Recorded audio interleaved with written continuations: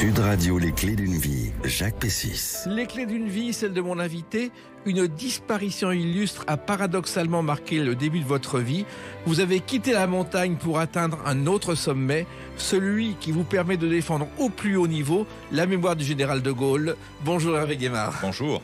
Alors c'est vrai que... Sauf que je n'ai pas quitté mon montagne. Non mais vous avez quand même venu à Paris. Oui, mais j'y suis toutes les semaines, au moins la moitié de la semaine, en tant que président du département de la Savoie. Et je dors dans mon village natal, en dessus de Bourg-Saint-Maurice. Eh bien, profitez-en, c'est essentiel. Alors, les clés d'une vie, ça permet d'évoquer votre parcours. On est le 6 juin, donc 6 juin 44, ça nous dit à tous quelque chose. On va donc évoquer la Fondation de Gaulle, dont vous êtes président, le 6 juin 44, et on va évoquer aussi votre carrière, parce que si vous en êtes arrivé là, c'est à la suite d'un parcours qui a vraiment débuté le 9 novembre 70. Français, le général de Gaulle est mort. Et quand vous entendez cela, Hervé Guémard, c'est un déclic, vous avez 10 ans. J'ai 10 ans, je suis à Bourg-Saint-Maurice, où je suis né. Mes parents sont commerçants, cordonnerie et marchands de chaussures. Et c'est vrai que cette mort du général, je m'en souviens très très bien. L'homme de Kiev à la télévision qui est interrompu, même si je ne regardais pas la télévision à cette époque, parce que j'étais trop jeune. Mais en tout cas, je me souviens... Non, l'homme de Kiev, c'était pour la mort de Pompidou, oui. Excusez-moi. C'est 4 ans plus tard. Mais en tout cas, en 70, j'ai 10 ans. Et avec la mort du général, il me semble qu'il y a quelque chose de simple et grand qui ne peut pas disparaître. Voilà. Mais c'est un déclic. Ce qui est étonnant, c'est qu'on se souvient tous de l'endroit où on était quand on apprend la mort de quelqu'un. Moi, je me souviens de la mort du général. J'étais au lycée. Et un élève est monté au tableau, a écrit « Le général de Gaulle est mort hier soir ». Comme Claude François, on se souvient tous. Et là, ça vous a marqué aussi. Vous étiez... Moi, ça m'a énormément marqué. Je n'étais pas dans une famille particulièrement gaulliste. Ni anti-gaulliste d'ailleurs, mais ça me semblait quelque chose d'énorme. D'ailleurs, quand j'étais gamin, pour moi, De Gaulle, c'était de France. Oui. Je croyais que c'était la Gaule. Ah bon? Parce qu'il incarnait la France, et donc je croyais que c'était Après, j'ai vu qu'il y avait 2 ailes, donc je dis c'est peut-être différent. Mais pourquoi ce déclic s'est-il produit à 10 ans? Écoutez, je sais pas. 10 ans, c'est l'âge de tous les possibles, oui. Où on s'éveille au monde, où on a une mémoire qui éponge tout. Les sensations, les bruits, les odeurs, les couleurs, et il me semble que De Gaulle avait vraiment l'odeur de la France, si je puis dire. Et vous aviez envie de le défendre. Et voilà. Et alors après, j'ai lu plus tard, et notamment il y a ce livre de Malraux, Les chaînes qu'on abat. J'avais 11 ans. C'est une époque où il y avait beaucoup plus de librairies qu'aujourd'hui, et à côté du magasin de mon père, il y avait un libraire, et j'ai vu les chaînes qu'on abat, et j'ai acheté les chaînes qu'on abat, que j'ai dans son édition originale, que j'ai lu. J'ai pas tout compris, forcément, à 11 ans, quand on lit Malraux, mais j'ai compris qu'il y avait quelque chose qui me supposait et qui me dépassait à la fois. Voilà. Alors, il se trouve que vous êtes né à Bourg-Saint-Maurice, comme Guy Martin, un grand cuisinier. Oui, qui est mon ami, on était à l'école ensemble. Et puis, donc, un jour, il a fallu le quitter pour faire des hautes études à Paris. C'était pas évident quand on était à Bourg-Saint-Maurice. Oui, j'ai fait mon bac au lycée Jean Moulin, vous voyez, prédestiné, à Albertville. Et puis, après le bac, je suis, comme on dit, monté à Paris, où je n'étais jamais allé, où je connaissais personne, puisque j'avais réussi le concours d'entrée à Sciences Po avec 1 point de plus. Et je me suis dit, zut, peut-être que j'aurais mieux aimé ne pas réussir, parce que aller à Paris me faisait peur pour le provincial que j'étais. Et puis vous avez découvert Paris et vous avez poursuivi ces études jusqu'à l'ENA. Oui, tout à fait. Mais c'est venu comme ça, c'était pas au début votre but? Moi, je voulais être journaliste international. Oui. Donc Kessel, Albert Londres, voilà, j'étais très passionné, je suis toujours d'ailleurs, passionné par le monde. Donc si j'ai fait Sciences Po, c'était plutôt pour faire du journalisme grand reporter. Et puis, j'ai un professeur qui s'appelle, auquel je rends hommage, Alain Gérard Slama. Qui a travaillé au Figaro, d'ailleurs. Qui a travaillé au Figaro, qui avait une direction d'études de culture générale et qui avait un cours formidable qui s'appelait Littérature et politique. Et c'est lui qui m'a convaincu de préparer l'ENA. Et c'est comme ça. Alors j'ai échoué d'abord, j'ai réussi ensuite, et c'est comme ça que j'ai ensuite commencé une carrière de haut fonctionnaire. Alors justement, c'était la promotion Diderot. Oui. Diderot qui avait une caractéristique, il refusait de suivre la mode et de porter sa perruque, ou il la portait à l'envers régulièrement, ce qui lui posait quelques soucis. C'est un peu comme la cravate de François Hollande, elle n'était jamais à l'endroit. Et d'ailleurs, pour le nom de promotion, j'avais défendu Georges Pompidou, et Et j'avais pas réussi, ce que c'est Diderot qui l'avait emporté. Alors, votre carrière de haut fonctionnaire, elle est passée par la politique. Ça a commencé en Savoie et c'est venu jusqu'à Paris. Non, alors j'ai d'abord eu un parcours professionnel au sein de l'État. J'ai été 4 ans au ministère des Finances à la direction du budget, où je me suis occupé successivement de l'armée, puisqu'on Oui. on parle de la loi de programmation militaire en ce moment. Donc, je me suis occupé d'une loi de programmation militaire à l'époque, parce que j'ai toujours été passionné par les questions militaires. Et ensuite, par les questions qui intéressaient pas grand monde à l'époque, mais moi qui m'intéressaient déjà, qui étaient les questions de l'environnement. Oui. Donc, j'ai fait ça pendant 4 ans. Ensuite, je suis parti vivre et travailler en Égypte. Donc, pendant 3 ans, Égypte et Moyen-Orient. J'ai été attaché financier pour le Proche et le Moyen-Orient à l'ambassade de France au Caire. Et là, j'avais la chance d'avoir 17 pays dans ma zone, de la Turquie à la Somalie, de la Libye à l'Afghanistan, plus Chypre et Israël. Donc j'ai beaucoup baroudé dans tous ces pays pour écrire des rapports sur la situation économique, financière et sociale. Donc j'ai peut-être assouvi à cette époque ma vocation de grand reporter. Je suis rentré ensuite en France et très vite, je me suis engagé dans la vie politique grâce à Michel Barnier, qui était mon ami et qui est mon ami, et qui m'a proposé de l'accompagner pour les élections législatives de 93. Donc il rentre au gouvernement et je deviens député en 93. Et ensuite, vous êtes secrétaire d'État, ministre des Finances. Curieusement, votre vraie passion, c'est la littérature au milieu de tout ça. Oui, j'ai plein de passions, mais la littérature est une vraie passion parce que Malraux, dont je parlais tout à l'heure, Kessel, Gary, Bernanos, pour moi, ont beaucoup compté. François Mauriac, dans son bloc-notes notamment, plus que dans son œuvre de romancier, m'ont beaucoup marqué. Et donc, pour moi, la littérature a toujours...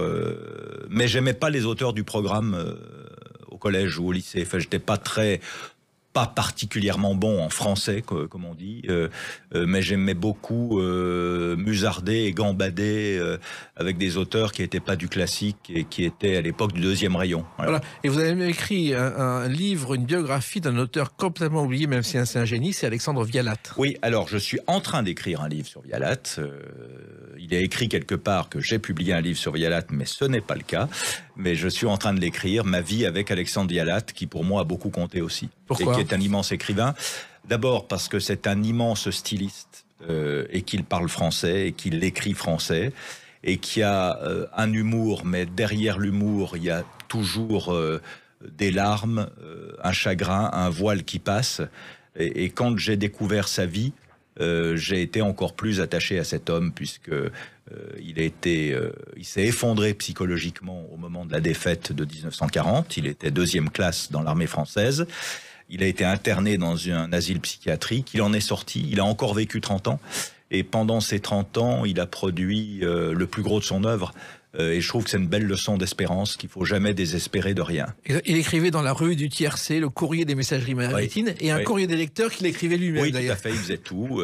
Il écrivait dans les journaux féminins, il faisait de faux horoscopes, et il écrivait surtout une chronique hebdomadaire dans le journal de Clermont-Ferrand, La Montagne. Oui. Il habitait dans le 13e arrondissement, et il apportait aux machiniste du train Paris-Clermont-Ferrand à la gare d'Austerlitz, sa chronique qui était livrée au journal La Montagne et qui paraissait le surlendemain. Puis vous aimez aussi la BD. Oui.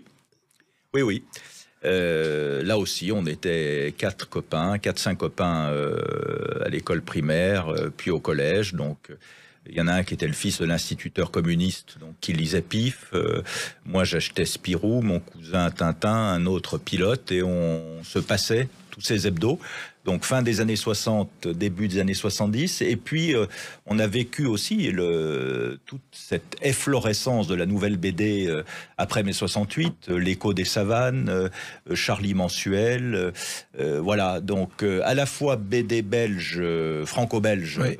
On va dire classique, et cette nouvelle BD. Et moi, je me souviens, j'ai eu particulièrement 2 chocs dans ces années d'adolescence. Le premier choc, c'était Jacques Tardy. Oui, avec Adèle Blanc-Sec. Voilà, mais avant Adèle Blanc-Sec, ouais. Puisqu'il a publié son premier album chez Dargaud en 74, ouais. Qui s'appelle Adieu brin d'avoine, oui. Que j'ai acheté avec mon argent de poche quand je suis allé passer le brevet au lycée de Moutier, qui était centre d'examen. Et puis, La balade de la mer Salée, de Hugo Pratt, le premier Corto Maltese, qui, je le rappelle, paraît dans Pif Gadget au tout début des années 70. Et les premiers albums que j'ai ne sont pas publiés chez Casterman, mais chez Public Nest, qui, je crois, était une filiale du Parti communiste. Ouais, exactement, parce que Vaillant et Pif étaient des journaux d'obédience communiste. Mais en même temps, vous avez connu cette époque où il y avait le suspense en fin de page, et ce qu'on ne fait plus aujourd'hui, et ce qui donnait des très bons scénarios. Oui, alors la première révolution, ça a été Tintin, la nouvelle formule de Tintin en 73, qui s'appelait l'hebdo-optimiste. Et au lieu de mettre 2 pages, ils en mettaient 4 ou 6. Donc déjà, ça allongeait. Ensuite, en septembre 74, de mémoire, Pilote devient mensuel. Et là, on a 20 pages d'un coup. Donc ça change déjà les choses. On a déjà des pré-albums, si je puis dire. Mais moi, mon enfance et mon adolescence, c'est les 2 pages. Avec le suspense et le rebond, et avec d'immenses scénaristes comme Jean-Michel Charlier ou Michel Gregg, qui signaient sous plein de pseudonymes différents, parce qu'il écrivait tout, Louis Albert, Bruno Brasil, etc. Donc j'ai vraiment... et je reste toujours fidèle à cette époque, même si je m'intéresse aux nouvelles formes de bande dessinée, bien sûr. Voilà, et vous ne négligez pas le passé, on va l'évoquer à travers une autre date, le 18 décembre 2018. A tout de suite sur Sud Radio avec Hervé Guémard. Sud Radio, les clés d'une vie, Jacques Pessis. Sud Radio, les clés d'une vie, mon invité Hervé Guémard. On a parlé de votre parcours de haut fonctionnaire.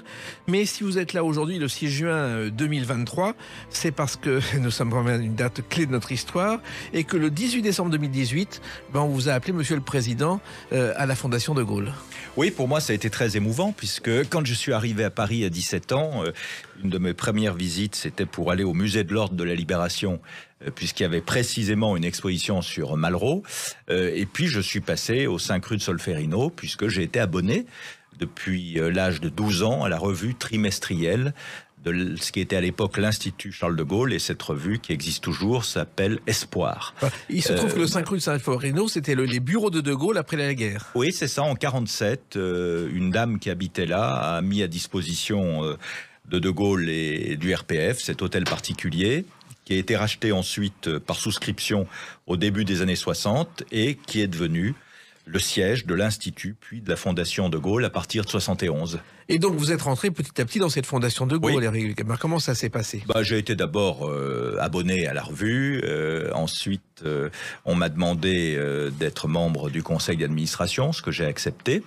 Et puis après, on m'a sollicité, mon prédécesseur, pour qui j'ai beaucoup d'estime et d'admiration, Jacques Godefrin, m'a demandé, qui présidait la Fondation de Gaulle, d'être son successeur. Donc ainsi fut fait en 2018. C'est une façon de boucler la boucle.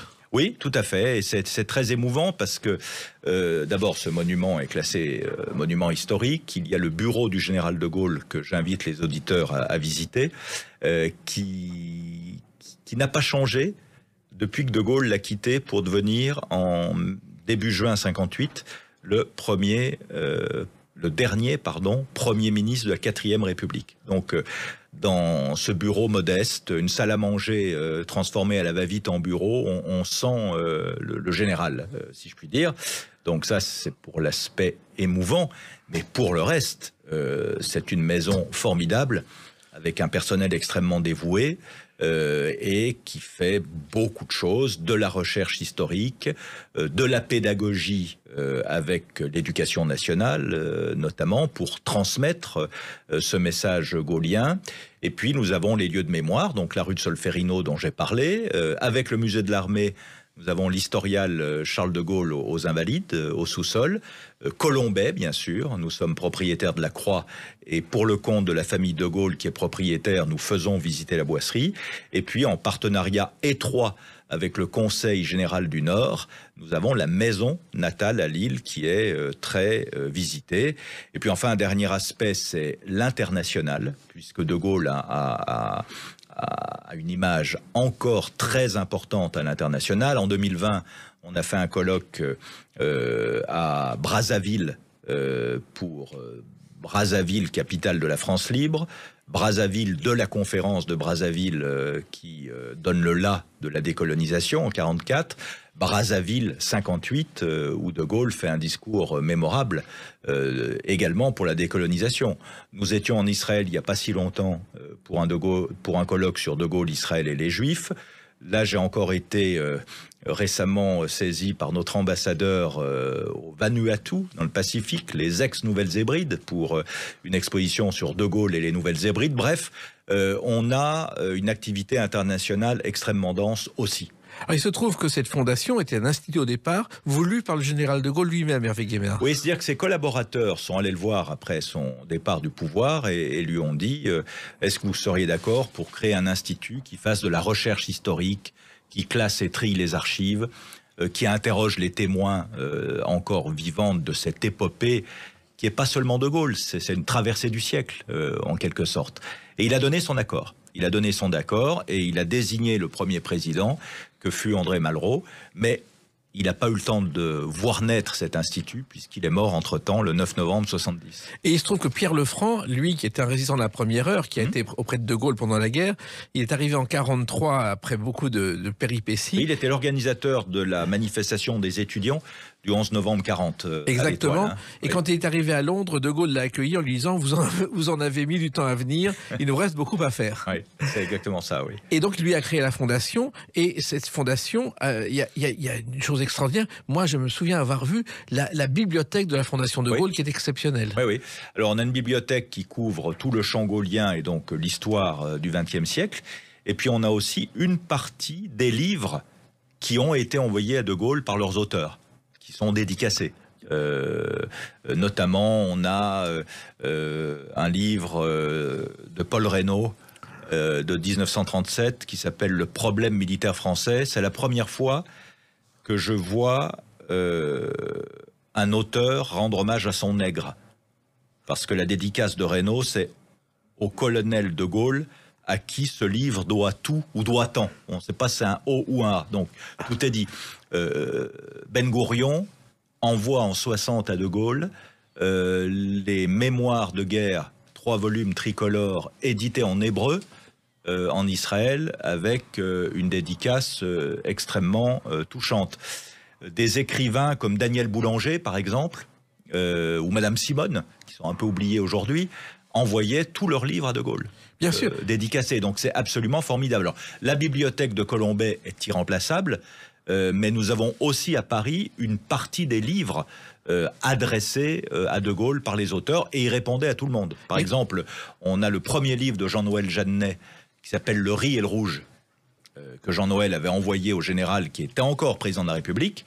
Et Jean-Noël Jeannet, je lui ai envoyé le scan de sa dédicace. Il me dit, le général m'a répondu une longue lettre qui montre qu'il avait lu le livre et pas seulement feuilleté. Et la bibliothèque de Colombey a été construite par un ébéniste local dont le fils Dany Larry est devenu un des plus grands magiciens de France. Ah ben je savais pas du tout.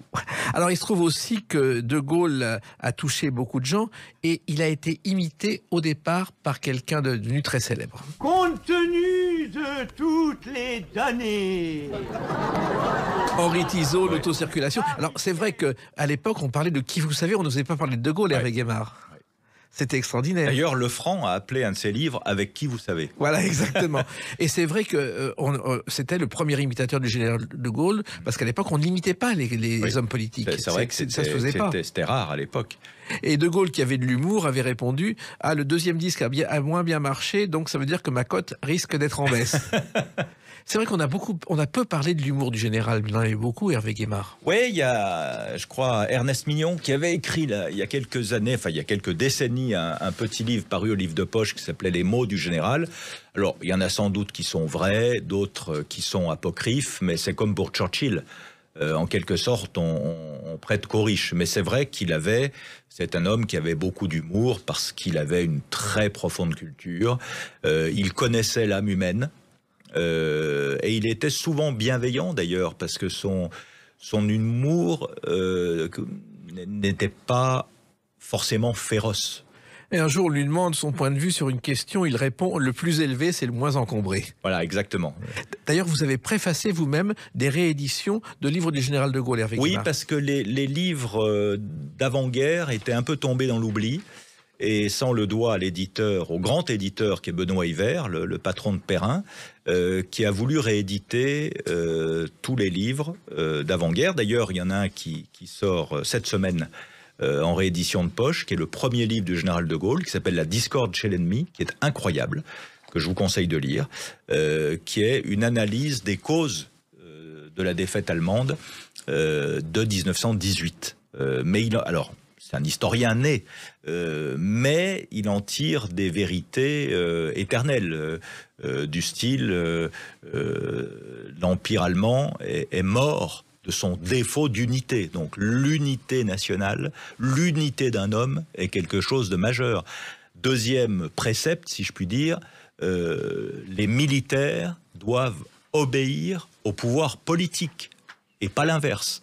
Et c'est un capitaine de 34 ans qui écrit cela. Parce qu'il a vu que le Reich allemand, le Deuxième Reich, est mort parce qu'il y a eu un pouvoir militaire qui a supplanté le pouvoir politique. Donc ça, c'est la discorde chez l'ennemi. Le deuxième, c'est le fil de l'épée, qui est un monument, qui est beaucoup lu d'ailleurs dans les écoles de gestion et de management, comme on dit en mauvais français, parce que c'est un art du commandement assez incroyable. Le troisième, c'est La France et son armée, qui est une histoire de France. D'ailleurs, le titre est mal choisi parce que c'est pas une histoire principalement militaire, parce qu'on voit que c'est un homme qui n'est pas qu'un militaire.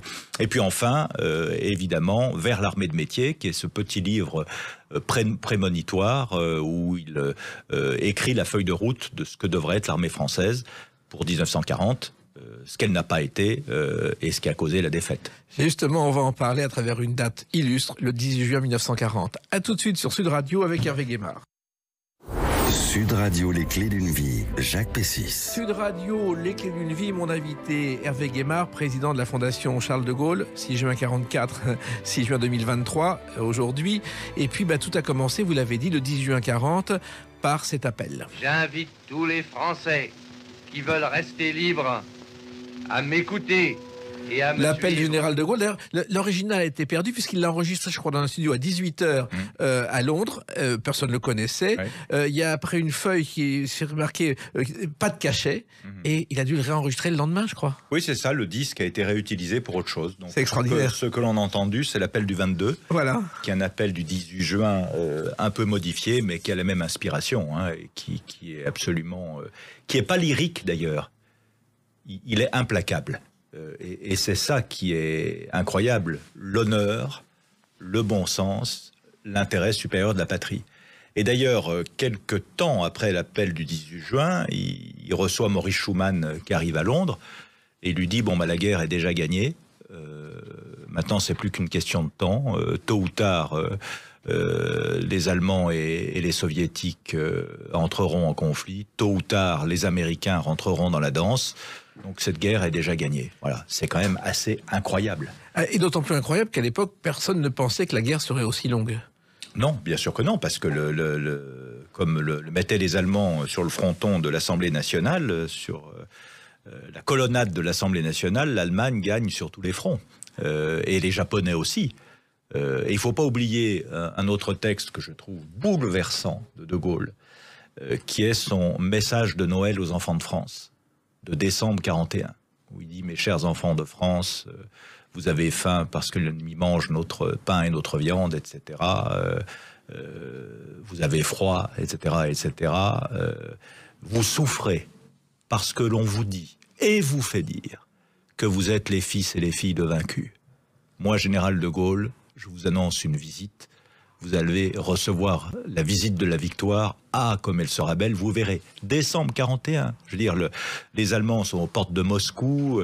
Les Japonais ont fait tomber toute l'Asie néerlandaise et britannique. Singapour et Hong Kong.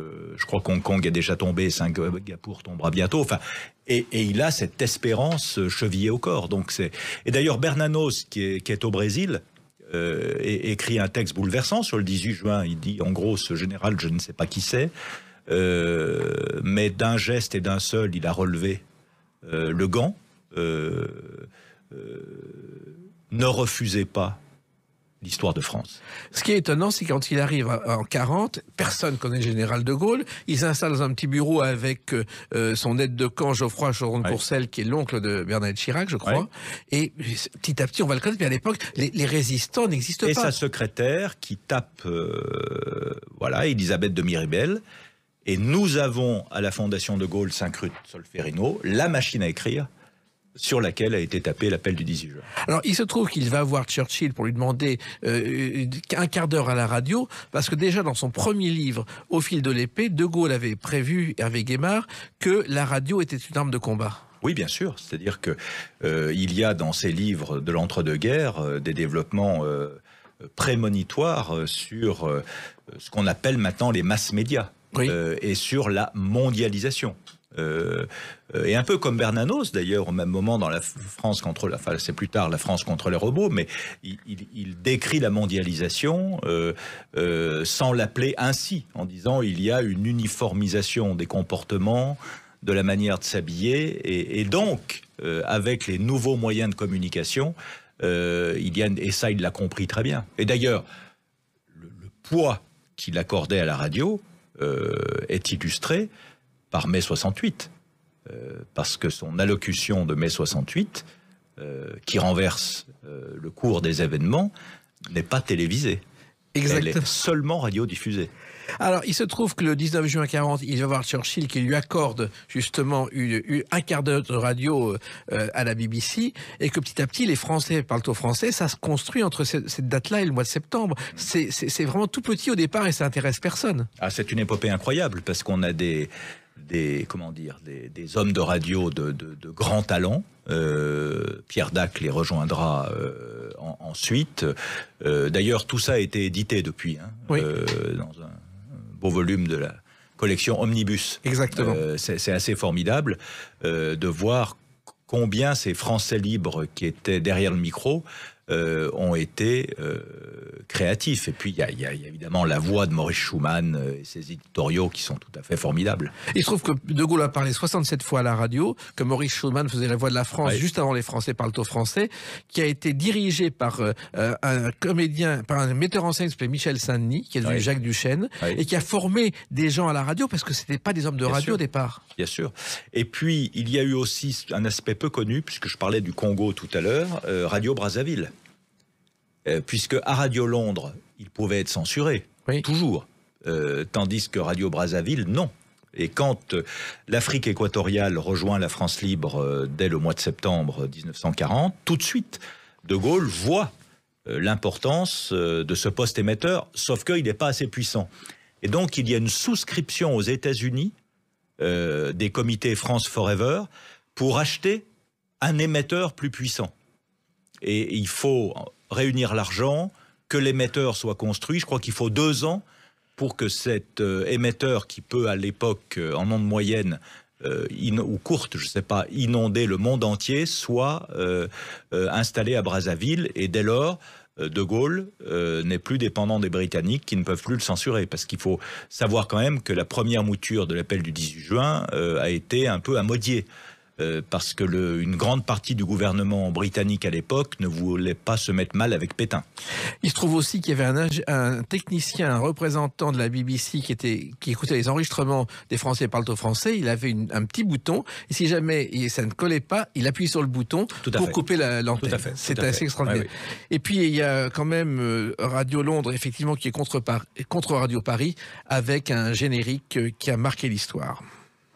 Radio Paris, Radio Paris, Radio Paris est allemand. Alors cette chanson est née dans un taxi, je ne sais pas si vous le savez. Non, je sais pas. Maurice Van Mopes et Jean Oberley, qui sont dessinateurs et peintres et amis, sont dans un taxi, ils fredonnent la cucaracha et ils disent tiens, on va faire Radio Paris-Mans. Et c'est devenu comme ça à l'antenne, tout à fait par hasard, un air célèbre. Ah, c'est formidable. En 40. Formidable. Alors c'est vrai qu'au départ, les Français libres, il y a 7000 Français libres en octobre 40, ça marche pas. Il faut vraiment 2 ans pour que petit à petit De Gaulle soit écouté et que les Français comprennent combien son appel a été important. Et puis la moyenne d'âge est très jeune, hein. Ils ont, je crois, 22 ou 23 ans en moyenne. Et je ne veux pas dire de bêtises, mais les 3/4 des troupes sont africaines. Hein. Il y a un historien américain, Jennings, qui a publié un livre qui s'appelle « La France libre fut africaine », qui est absolument passionnant.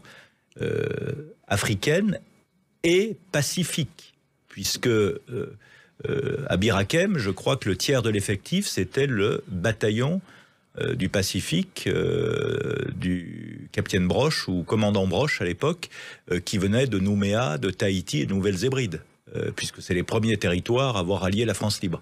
Donc c'est une épopée, je veux dire, cette épopée de la France libre est absolument incroyable. Je ne comprends pas d'ailleurs que ce ne soit pas encore ou déjà une série Netflix ou autre chose. On serait aux États-Unis ou en Grande-Bretagne, il y a longtemps que cette épopée aurait été vulgarisée au meilleur sens du terme pour que les nouvelles générations sachent ce qui s'est passé. Et le tournant, Hervé Guémard, de la France libre, c'est vraiment en 42 quand Laval arrive au pouvoir. Là, les Français comprennent que ça ne peut plus durer comme ça.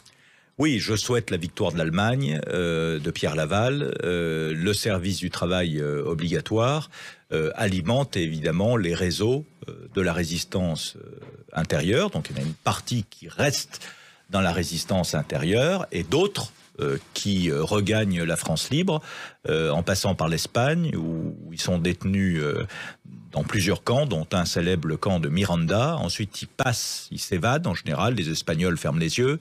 Ils passent au Portugal et de Lisbonne, ils regagnent la France libre. Et puis, il y a aussi, on oublie de le dire, je voudrais insister sur les Antillais. Parce que on a une sorte de dictature vichiste aux Antilles, donc en Guadeloupe et à Martinique, de l'amiral Robert. Et il y a beaucoup de réfractaires qui veulent rejoindre De Gaulle.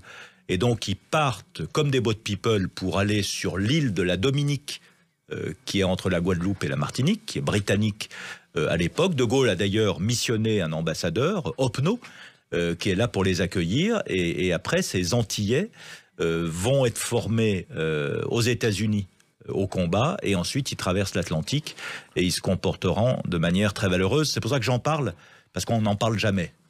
Mais on confond un peu tout. D'ailleurs, on confond ce qui s'est passé en 44, en 43 parfois, parce que finalement, il y a eu la libération d'Alger qui a été aussi un tournant et où De Gaulle est arrivé. Pas tout de suite, parce qu'on a le débarquement anglo-américain en Afrique du Nord, donc Maroc et Algérie, puisque la Tunisie est très bien tenue, si je puis dire, par les Allemands. Et au départ, les Américains s'accommode très bien de l'amiral Darlan, qui était là par hasard au chevet de son fils malade. Donc on a de novembre à Noël 44, date de l'assassinat de Darlan, un pouvoir de fait qui est en fait vichiste. Donc De Gaulle n'a pas droit de cité à Alger, et tous les gaullistes algérois, notamment le professeur Aboulker et quelques autres qui joueront un rôle majeur dans la résistance, sont internés. Alors qu'ils ont contribué à cette libération. Donc Darlan meurt à la veille de Noël 44. Ensuite, c'est le général Giraud, qui est à la faveur des Américains. Giraud est en fait très anti-allemand, mais au fond de lui-même pétainiste et fidèle à la personne du maréchal. Donc le général de Gaulle ne prendra l'ascendant sur Giraud que fin août 43. Donc en fait, c'est une histoire extrêmement complexe que cette année 43, mais incontestablement, De Gaulle, à partir de septembre 44, devient le chef de la France libre. Dans le même temps, on a la résistance intérieure, et puisque nous sommes pas loin, nous sommes en 2023, il y a eu, il y a 15 jours, une cérémonie en présence du président de la République rue du Four, pour cette réunion importante du Conseil national de la résistance, présidé par Jean Moulin, qui lui-même sera arrêté quelque temps après, et qui assoit définitivement l'autorité du général de Gaulle, qui est pas seulement le chef de la France libre, mais aussi de la résistance intérieure, ce qui n'était pas acquis. Et ceux qui travaillent à Radio Londres, par exemple, et d'autres, ne sont pas forcément gaullistes, mais ça ne compte pas dans ces cas-là. Non, parce que le gaullisme, entre guillemets, n'existe pas encore à l'époque. Il y a un général qui a refusé la défaite, il est le seul à l'avoir fait.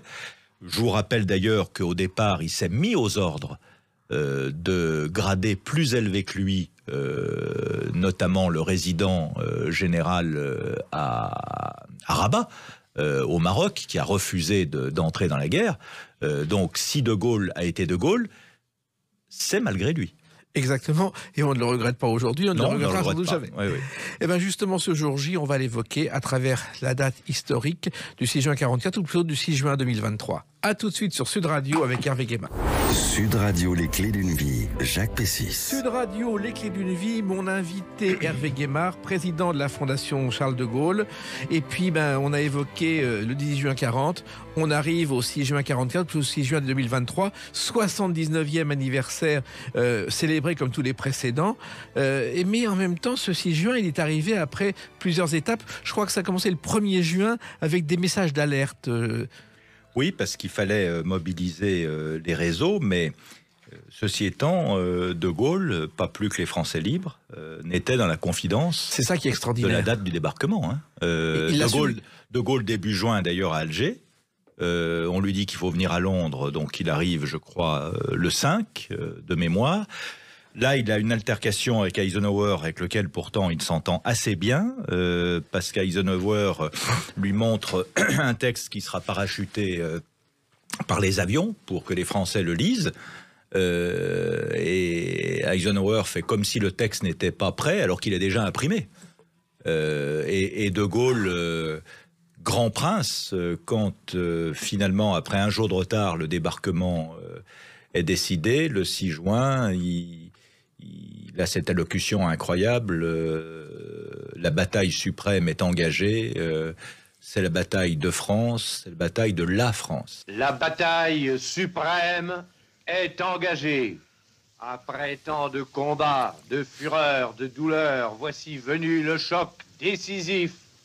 Le choc tant espéré. Alors il se trouve que cette allocution, Hervé Guémard, au départ De Gaulle n'a pas voulu la prononcer, on a dû aller presque pas le chercher, mais on a dû le convaincre de Oui, mais il a surmonté son amertume, qui n'était pas la sienne, c'était pas une question d'amour-propre, mais comme il portait la France, il trouvait scandaleux que la France fût écartée de la décision finale. C'est pour cela qu'il...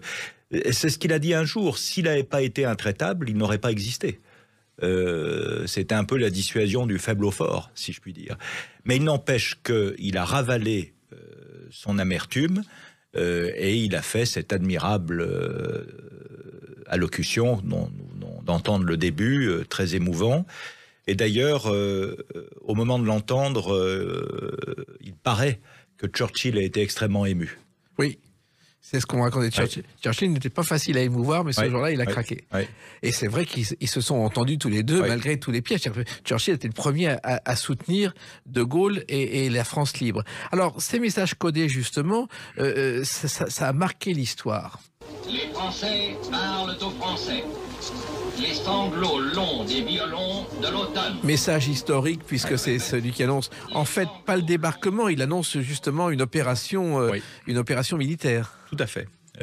Donc les réseaux se mettent en tension, si je puis dire, mais sans savoir de quoi il s'agit. Oui, parce qu'en plus, ces messages codés, les Allemands ne sont jamais parvenus à savoir ce qu'il y avait réellement, ce qui est quand même extraordinaire. En plus, c'est d'une poésie incroyable. Exactement. Mais ils étaient diffusés pendant les jours qui précèdent à 12h30, 15h30, 18h30 et 21h15. Et il y avait la sirène et les cheveux décolorés, le gendarme d'or d'un œil, les impôts pèsent sur les commerçants. Ça marchait à chaque fois. C'est incroyable. C'est d'une poésie, je trouve, et d'une créativité au cœur de cette tragédie.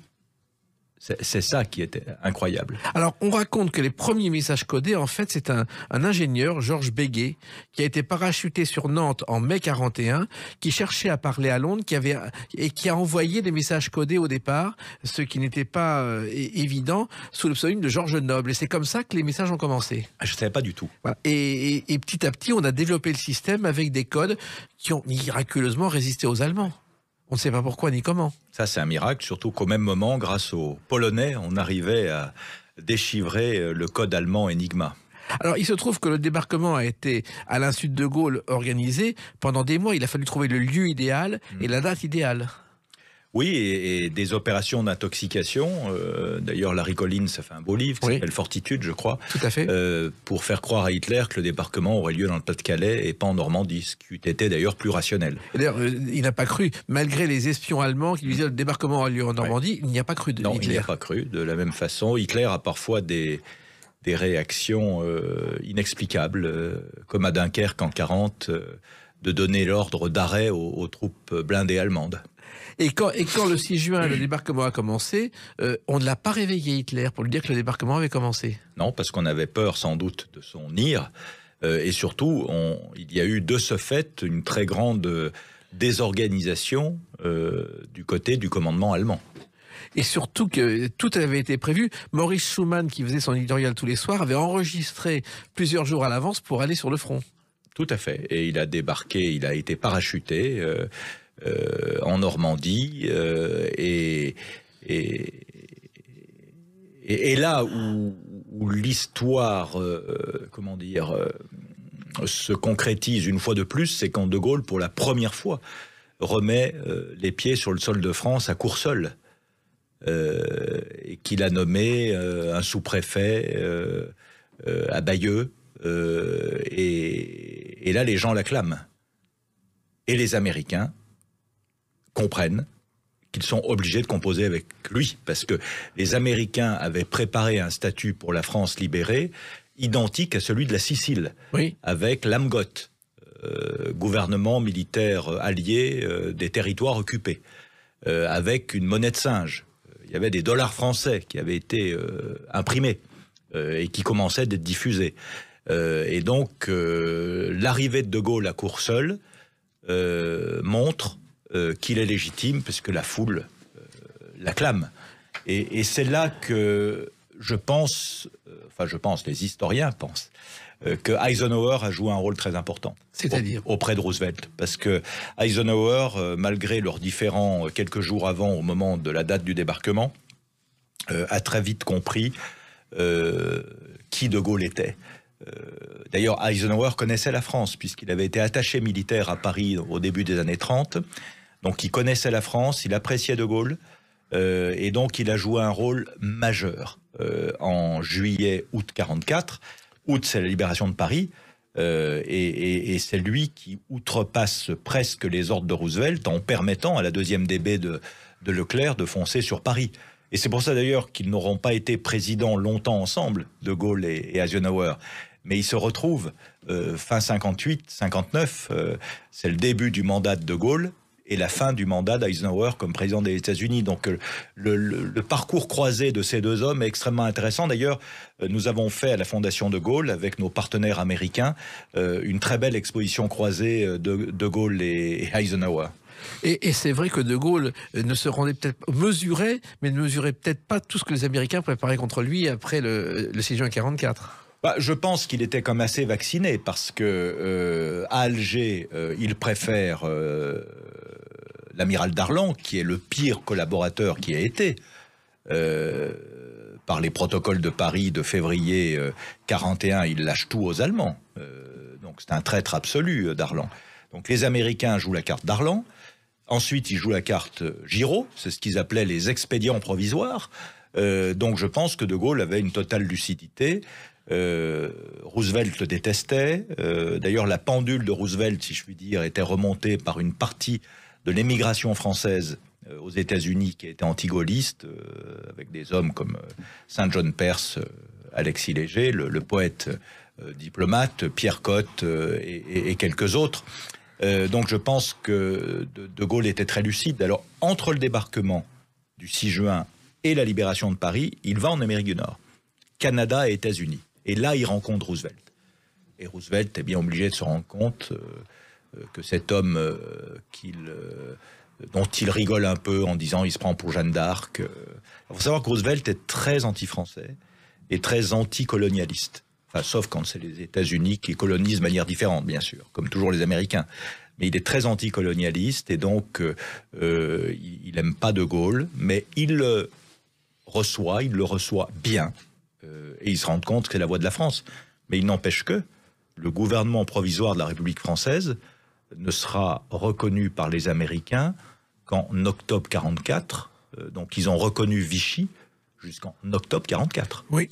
Et ça n'enlève rien à tout ce sacrifice incroyable des GI qui ont laissé leur sang sur les plages de Normandie, bien évidemment. Mais il faut savoir quand même la complexité de la relation franco-américaine à l'époque. Et à l'autre bout du monde, en Indochine, les Américains sont les alliés d'Ho Chi Minh et du Viet Minh contre les Français. Ça aussi, on l'a oublié. On a oublié. Et puis on a oublié aussi qu'Eisenhower, non seulement a beaucoup soutenu De Gaulle, mais il a été conseiller d'un film célèbre. Le jour le plus long, film d'ailleurs dont la première a eu lieu au Palais de Chaillot, et je crois que le général De Gaulle y assistait ou a envoyé des... Oui. Ce film gagnerait à être colorisé, je trouve. Oui. Parce qu'il est en noir et blanc, donc c'est un très beau film, mais les gens de l'époque voyaient la vie en couleur. Bien sûr. Pas en noir et blanc. Donc je trouve que c'est dommage que ce film, qui est pourtant du début des années 60, si ma mémoire ne me trahit pas, 62, n'ait pas été tourné en couleur. Et ce film est tiré d'un best-seller de Cornelius Ryan, qui a participé au débarquement en tant qu'aviateur. On l'a un peu oublié aussi.